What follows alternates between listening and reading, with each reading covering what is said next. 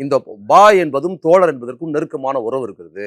தோழர் என்பதின் இன்னொரு வடிவம் தான் பாய்ங்கிற சொல். தமிழ் சமூகத்தில் அப்படிதான் புரிஞ்சிருக்குதுங்கிறத புரிஞ்சுக்கணும். வேணான்னு சொல்றவங்களோட வர்க்க மனோபாவம் அதில் வினையாற்றுது. நீங்க பாய்ங்கிற சொல்ல எடுத்துட்டீங்க, இன்னைக்கு இந்து சமூகத்தை பெரும்பான்மையா பாய்ங்கிற சொல்ல பயன்படுத்துறது இருக்குல்ல, அதை நீங்க எடுத்துட்டீங்கன்னா அது இஸ்லாமியர்களுக்கும் இந்துக்களுக்குமான தோழமை சொல்ல தூக்கி உருவிட்டு முஸ்லீம் வந்து ஒரு தனிமைப்படுத்துகிற ஒரு விஷயமா அது மாறிடும். பாய்ன்னு சொல்லாம போனாதான் அது மாறுங்கிறீங்களா? ஆமா, பாய்ங்கிற சொல்ல பாய்ன்னு சொல்றதுனாலதான் மாறுது. இல்ல, பாய்ங்கிற சொல்ல சொல்லக்கூடாதுன்னு சொன்னா அது எளிய உழைக்கும் மக்களுக்கும் இஸ்லாமிய உழைக்கும் மக்களுக்கு ஒரு உறவு இருக்கு பாருங்க, அந்த உறவு அது வந்து சுணக்கமா வைக்காது. அது வச்சு பாய் நல்லா சொல்லுங்க. ஒரு RSS பிஜேபி காரன் கூட முஸ்லீமை பாயின்னு சொல்றது கிடையாதுங்கிறத தெரிஞ்சுங்க. இந்த கிளாஸ் கேட்டகரி இதுல ரஹ்மான் வந்து அவர் வந்து ஒரு அடையாளம் கிடையாது இஸ்லாமியர் சமூகத்தை. அவர் தன்னோட விருப்பத்துக்கு சொல்றாரு கிளாஸ் கேட்டகரி, அது பொது சமூகம் பார்க்கக்கூடாது. அப்ப சொல்றவங்களோட உளவியல் சார்ந்து இது பார்க்க வேண்டியதுங்கிறத நீங்க புரிஞ்சுக்கணும்.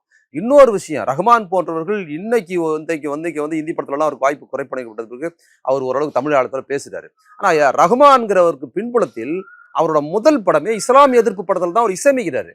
அவர் மேல வந்து ஒரு பார்ப்பன கைகூலித்தனம் இருக்கிறதா அவர் ஒரு நாளும் மறுத்ததே கிடையாது. இன்னைக்கு வரைக்கும் ரோஜா படத்துக்கு இசையமைத்தது குறித்து வருத்தம் தெரிவிச்சதே கிடையாது. அவர் அது பெருமையா கருதுறாரு. அதுதான் அவர் சொல்லணும், நான் பண்ணிட்டேன். அந்த படம் முதல் முறையாக இஸ்லாமிய எதிர்ப்பு சினிமாங்கிறது மட்டுமல்ல, அந்த படத்தில் இசை குறியீடுகளை இஸ்லாமிய எதிர்ப்பா வந்தது.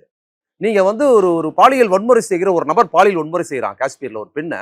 அந்த பாலியல் வன்முறை செய்யும் போது அவன் ஒரு முஸ்லீமா காட்டப்படுறாரு டைரக்டர். பின்னால ஒரு கொடூரமான இசை தான் கொடுக்கணும். அந்த பெண்ணோட துயரத்தை சொல்ற ஒரு துயரமான இசையா இருக்கணும், அல்லது அவனோட வில்லத்தனத்தை சொல்ற ஒரு கொடூர இசை. இப்படிதான் தமிழ் சினிமா இசை இருக்குது. முதல் முறையாக அதை பிளாக் பண்ணி அந்த படத்தில் இசை என்ன தெரியுமா, இவன் ஒரு பெண்ணு பாலியல் ஒரு பெண் பின்னால வந்து தொழுகை அழைப்பு பாங்கு ஓசைன்றது அது சவுண்ட் எஃபெக்ட் படம் முழுக்க இது பயன்படுத்தப்படுதுன்னு சொல்றேன். அந்த படத்தில் ரஹ்மான் திலீப்ங்கிற பேரை ரஹ்மானாக மாற்றி அல்லது இவரா மாற்றினாரோ அவங்களா மாத்தினாங்களோ அந்த படம் இஸ்லாமிய எதிர்ப்பு படத்துக்கு AR ரஹ்மான்ங்கிற பெயர் தீவிரமாக பயன்படுத்துவது.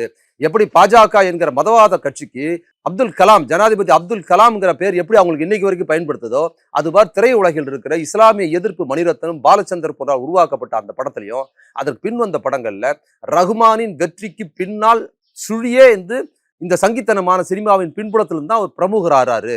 அப்ப நான் இதெல்லாம் அப்ப ஆரம்பத்துல இருந்தே பேசியிருக்கிறேன்.